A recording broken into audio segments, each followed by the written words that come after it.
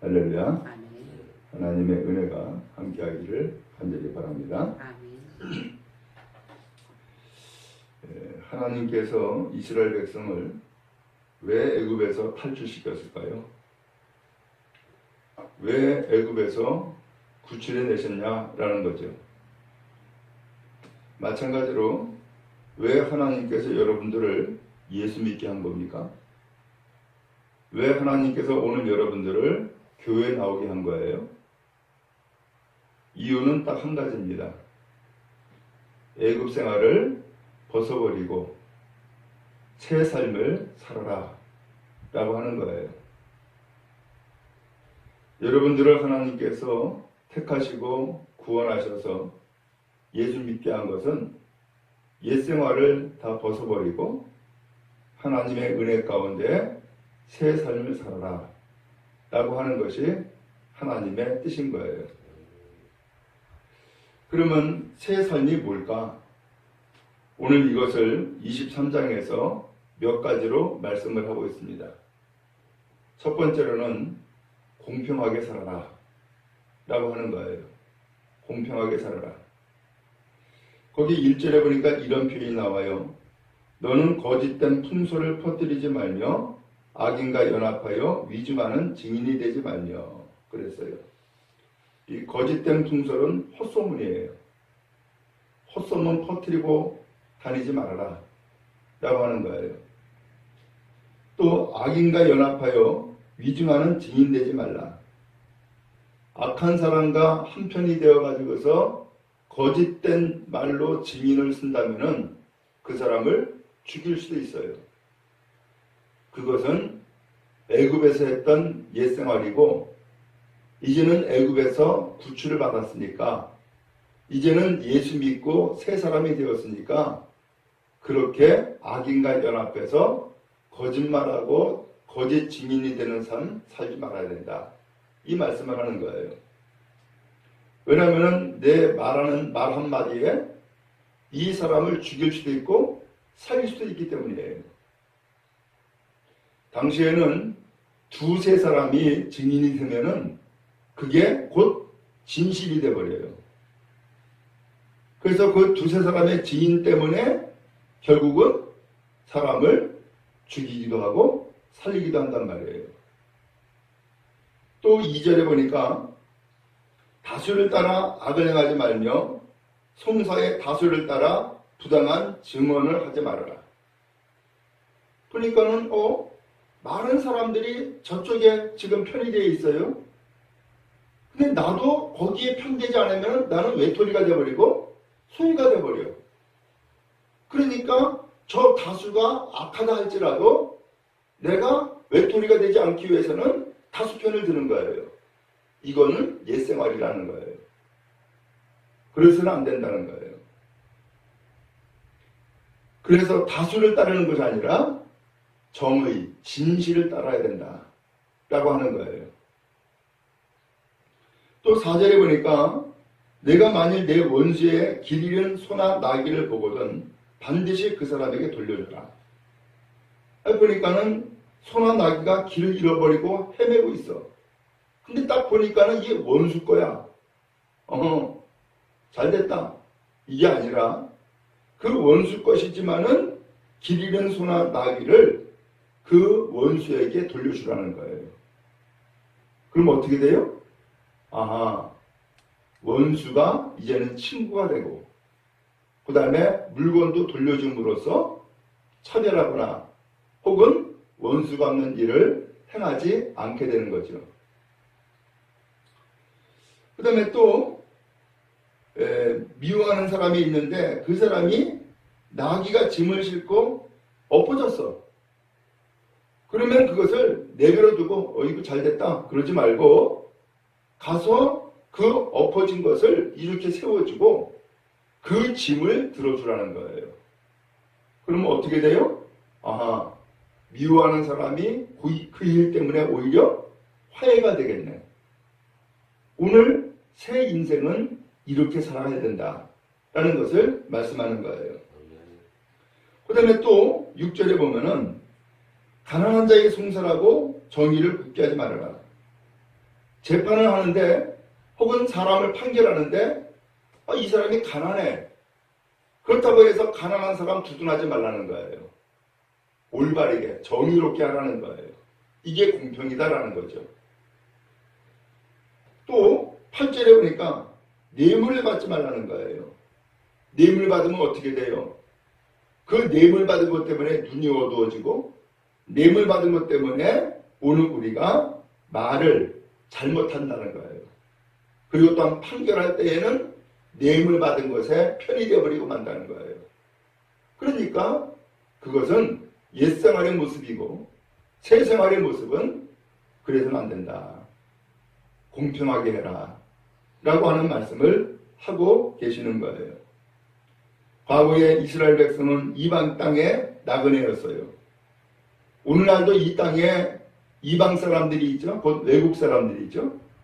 그 외국 사람들 압제하지 말라는 거예요. 왜? 이스라엘 백성들아, 너희도 옛날에는 이방 사람이었어. 그때 애굽에서 얼마나 압제를 당했어. 네가 압제를 당했는데 똑같이 외국 사람에게 그것을 압제를 하면은 너는 여전히 애굽 사람이고 애굽에서 구출받지 못한 그런 애굽의 노예에 불과해 라고 말씀하는 거예요.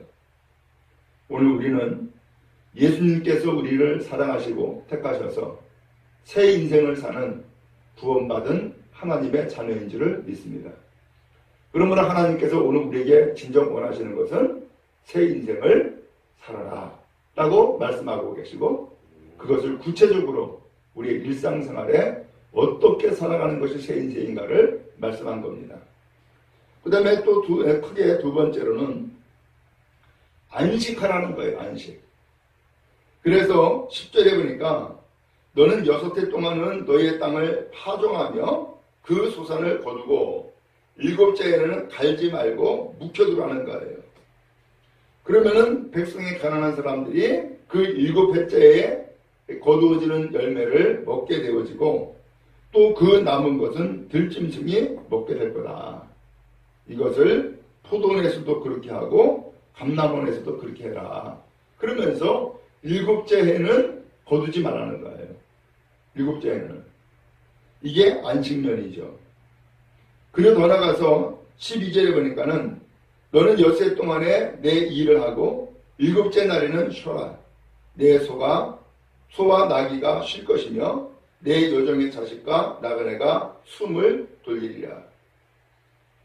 이제 7째 날에 역시 안식일을 두라는 거예요. 안식일에 쉬라는 거예요. 그래서 안식이라는 법을 하나님이 말씀한 거예요. 이게 도대체 뭘까? 과거 이스라엘 백성이 애굽에서 노예 생활할 때 안식년이 있었을까요? 없었어요. 과거에 이스라엘 백성이 애굽에서 노예 생활할 때 안식일이 있었어요? 없었어요. 그저 365일 평생 동안 그저 뼈 빠지게 죽으라고 일만 해야 했어요. 왜? 그들은 노예였으니까. 그런데 이 이스라엘 백성은 이제 하나님 앞에 노예에서 구출받았어요. 이제는 하나님의 백성이 되었어요. 이제는 어떻게 살아야 돼요? 하나님의 법으로 사는 거죠. 하나님은 이 세상을 6일 동안 창조했어요. 그리고 7일째 되는 날에는 하나님도 안식했어요.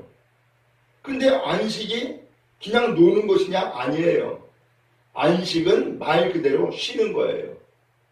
사람도 여러분 쉬지 않으면 어떻게 돼요? 쓰러지고 병들어요. 여러분 예를 들어서 한 이틀 동안 3일 동안 잠을 안 잡아요. 어떻게 돼요? 아무것도 못해요. 아무것도 못해요. 그 잠자는 시간이 뭐예요? 안식하는 시간이고 쉬는 시간인 거예요. 하나님은 우리를 사랑하시기 때문에 우리에게 이와 같이 하나님의 은혜 가운데에 기쁨과 감사함으로 열심히 일하기 위해서는 뭐가 필요한 거예요? 안식이 필요한 거예요. 그래서 안식일도 준 것이고 안식년도 우리에게 주신 거예요. 그럼 여러분 주일마다 나와서 하나님 앞에 예배하는 것은 안식을 지키는 것이요. 오늘 여러분들을 건강하게 하는 것이며 여러분들을 새 활력을 얻고 삶을 살아가게 하는 하나님의 은혜인 것을 믿습니다. 또 세 번째로는 절기를 지키라는 거예요. 14절 말씀해 보니까 너는 매년 3번 나에게 절기를 지켜라 그랬어요. 그러면서 첫 번째 무교병의 절기를 지켜라 라고 했어요. 이 무교병은 곧 유월절을 지킬 것을 말씀한 거예요. 유월절이 뭐예요? 애굽에서 구출받는데 마지막 10번째 재앙이 장자가 죽는 거죠. 근데 하나님께서는 이스라엘 백성들에게는 죽음을 주지 아니하고 죽음에서 생명을 얻도록 하기 위해서 양 잡아서 그 피를 문설주와 임박에다 바르라는 거예요. 그러면 죽음의 재앙이 그 집은 지나친다 라고 하는 거죠. 그래서 이스라엘 백성이 말 그대로 하나님의 말씀 그대로 양을 잡아서 문설주와 임박에다가 그 피를 발랐어요. 어떻게 됐어요? 애굽에서는 곡소리들이 다 집집마다 나는데 이스라엘 백성들은 그 생명의 구원을 얻고 아무 사람도 곡소리 나는 사람이 없었던 거예요. 왜요? 하나님이 생명을 살려 주었기 때문이었어요. 오늘 이것을 절기를 지키라는 거예요. 이거 무슨 뜻이에요? 너희가 이제는 애굽에서 구출받은 것을 기념해라, 기억해라 라고 하는 거예요. 곧 세상에서 하나님의 선택을 받고 하나님 앞에 구원받은 것을 기억해라. 바로 이것이 무교절, 곧 유월절을 말씀하고 있는 거예요. 오늘 하나님 앞에 나와서 예비하는데 우리가 먼저 기억해야 될 것은 내가 예수님을 믿어 구원받았구나 라고 하는 것을 기억하고 감사함으로 예배하는 날이 바로 주일이고, 또한 그런 예배가 하나님 앞에 연락되어지고 하나님이 기뻐하는 예배가 되어지는 거예요. 그러므로 하나님 앞에 나와 예배할 때에 내가 예수님 때문에 구원받고 새 생명을 얻은 사람이 되었구나라는 것을 늘 기억하며 감사로 예배하는 여러분 되기를 바랍니다. 그 다음에 두 번째로는 맥추절을 지키라는 거예요. 이 맥추절은 뭐냐? 씨를 뿌렸어요. 농사를 지은 거예요. 근데 첫 번째 열매를 거둔 것이 맥추절인 거예요. 첫 번째 열매가 뭐였느냐? 보리였어요. 보리를 첫 번째로 거두었는데 이 첫 번째 거둔 것은 뭘 의미하느냐? 오늘 이스라엘 백성을 첫 열매라고 표현한 거예요. 이스라엘 백성이 첫 번째로 구원받았다는 거죠. 세상의 모든 사람들 가운데서. 마찬가지로 오늘 여러분들을 하나님께서 첫 열매로 구원한 거예요. 여러분의 가정에서 여러분이 먼저 예수 믿게 되었어요. 첫 열매입니다. 오늘 여러분의 가정에서 여러분의 가정이 모든 가문 가운데 첫 번째로 예수를 믿고 구원을 받았어요. 이게 첫 열매예요. 그러므로 하나님은 우리에게 늘 첫 열매를 주세요. 그래서 내가 예수 믿고 구원받아서 첫 번째로 교회를 나가게 됐다. 그 첫 열매죠. 그 첫 열매 거두어서 하나님 앞에 절기로 지켜라. 바로 이것이 맥추절인 거예요. 그러므로 하나님 앞에 나가서 예비할 때에 항상 이 첫 열매를 가지고서 하나님을 예비하는 은혜가 있기를 간절히 바랍니다. 예를 들어서 일주일에 한 번씩 내가 헌금을 한다. 그러면은 첫 번째 날에 내가 거둔 소득은 이건 하나님의 것이구나 생각하고서 하나님 앞에 감사함으로 예배할 때에 바로 이것이 맥추절을 지키는 그러한 절기를 지키는 믿음이 되어지는 거죠. 그 다음에 또 세 번째로는 수장절을 지키래요. 수장절은 첫 번째 열매를 거두고 난 다음에 마지막 열매까지 다 거둬야 되잖아요. 그 마지막 열매까지 다 거두고 난 다음에는 이것을 창고에다 다 저장해 놓는 거예요. 이거 뭐예요? 이것은 농사를 다 마치고 이제 겨울 동안 1년 동안 먹고 살 것을 저장해 놓는 거죠. 그 1년 동안 먹고 살 것을 저장해 놓음으로써 이제 하나님께서 나에게 양식을 이와 같이 풍성하게 누릴 수 있도록 주셨구나라고 하는 것을 기억하며 절기를 지키는 절기가 바로 수장절인 거예요. 하나님은 오늘 우리에게 평생을 먹고 살아갈 수 있도록 은혜를 베풀어 주시는 것을 믿으시기 바랍니다.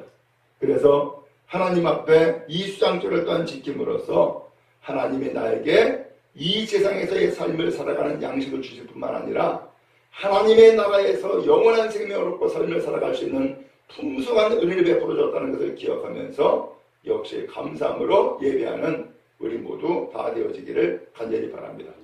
그래서 애굽 생활과 이제는 애굽에서 구출받은 백성들의 삶에 차이가 있다면은 바로 이것이 차이예요.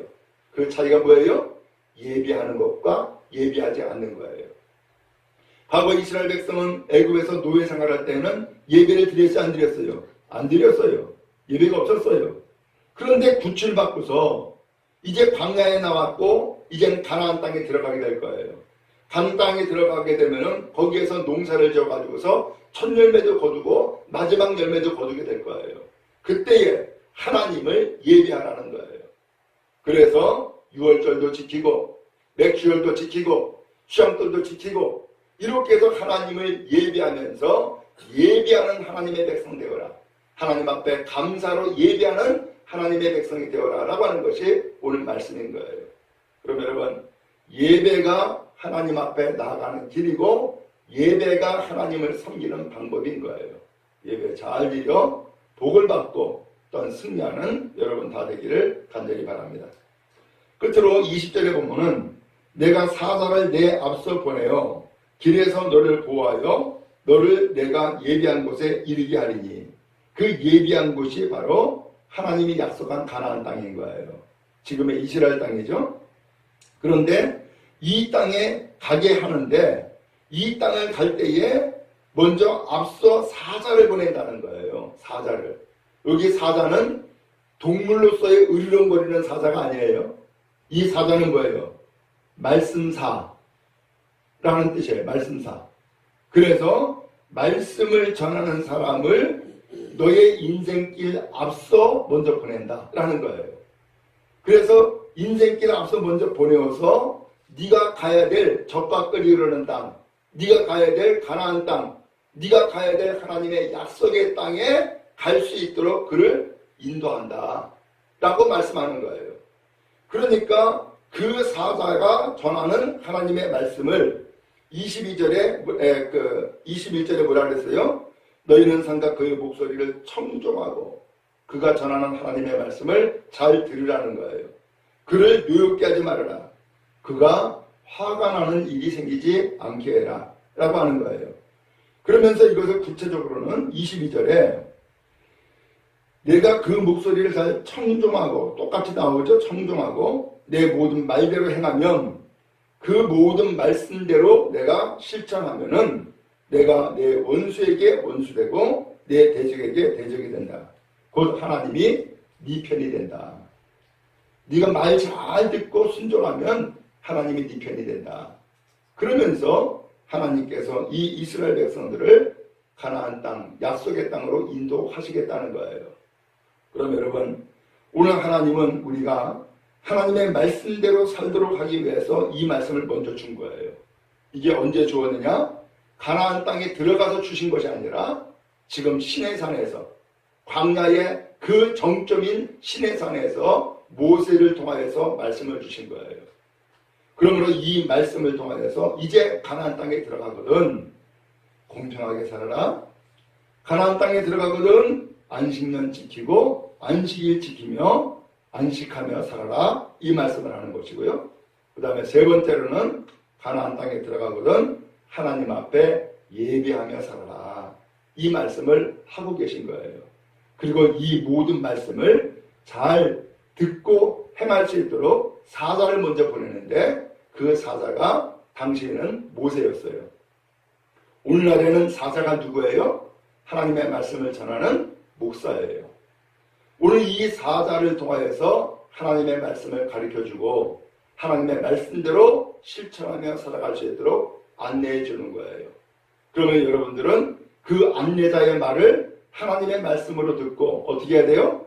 잘 청종하고 또한 그 말씀대로 행하면 하나님께서 여러분들에게 복을 더해 주실 줄을 믿습니다. 복 받는 여러분 다 되어지기를 주님 이름으로 축복합니다.